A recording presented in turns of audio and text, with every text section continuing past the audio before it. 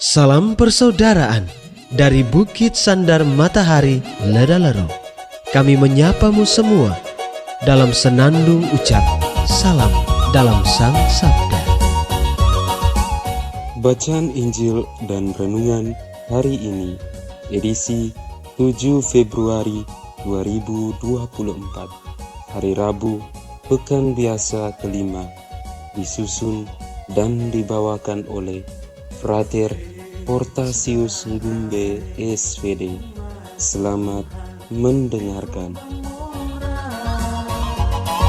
Coba batong dengar, mari batong lihat apa yang terjadi dalam dunia ini. Bacaan diambil dari Injil Markus bab 7 ayat 14 sampai 23.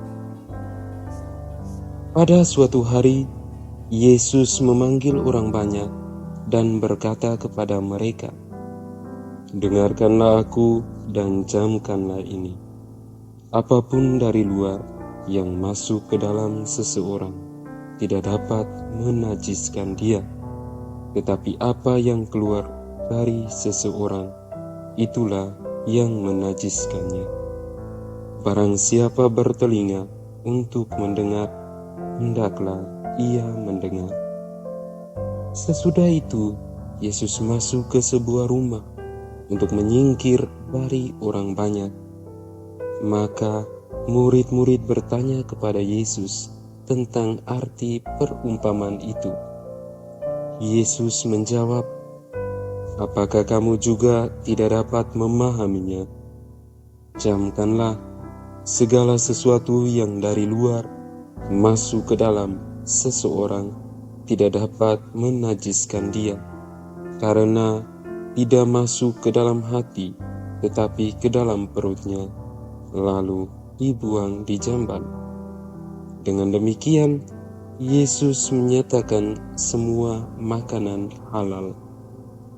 Yesus berkata lagi, "Apa yang keluar dari seseorang, itulah yang menajiskannya. Sebab dari dalam hati orang timbul segala pikiran jahat, percabulan, pencurian, pembunuhan, perzinahan, keserakahan, kejahatan, kelicikan, hawa nafsu, iri hati, hujat, kesombongan, kebebalan. Semua hal-hal jahat ini timbul dari dalam dan menajiskan orang." Demikianlah sabda Tuhan. Terpujilah Kristus.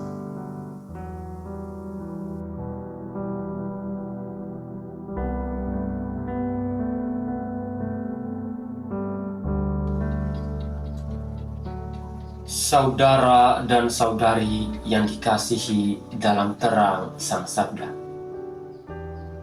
di hari yang penuh berkat ini, hidup kita kembali disegarkan oleh bacaan suci karangan Santo Markus.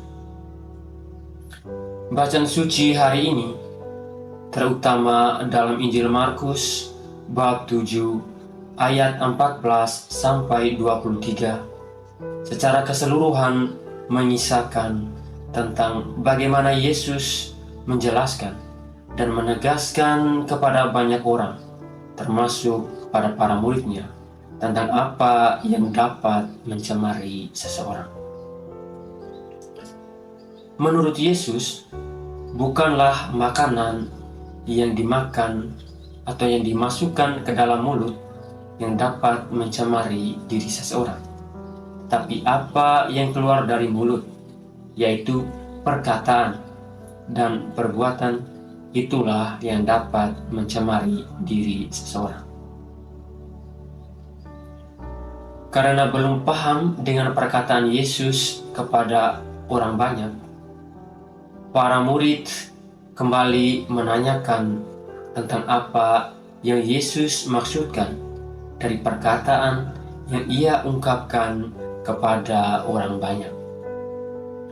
Yesus pun kembali mempertegaskannya kepada para muridnya bahwa apa yang masuk ke dalam mulut akan diserap oleh tubuh dan kemudian dikeluarkan sebagai kotoran.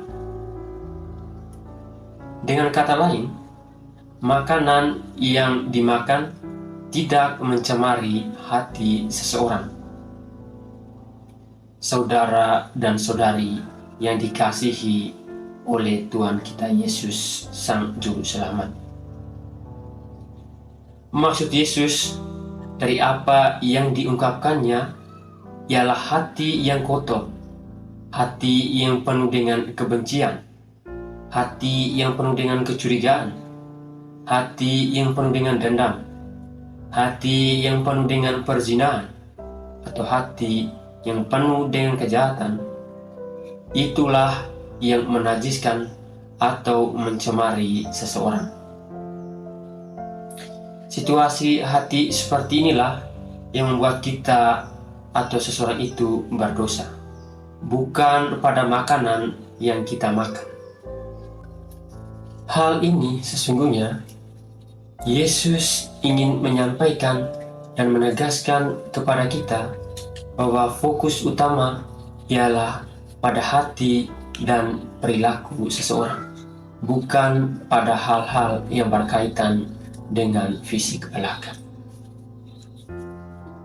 Dalam kehidupan nyata kita, sikap, perkataan, maupun tindakan kita seringkali merugikan orang lain, membuat orang lain tidak nyaman, menyakiti perasaan orang lain, membuat orang lain terluka dan sakit hati. Perbuatan seperti ini tentunya terlahir dari hati yang kotor, hati yang tidak jernih, hati yang penuh dengan kejahatan. Saudara dan saudari yang dikasihi dalam terang Sang Sabda. Sebagai orang beriman, kita perlu membenahi hati kita yang penuh dengan kejahatan itu. Sembari kita memperhatikan kesehatan jasmani kita, kita juga perlu memperhatikan kesehatan rohani kita. Kita perlu memeriksa dan melihat lebih dalam isi hati kita, mengubah situasi di dalam hati yang penuh dengan kejahatan menjadi baik. Hati yang kotor harus dibersihkan.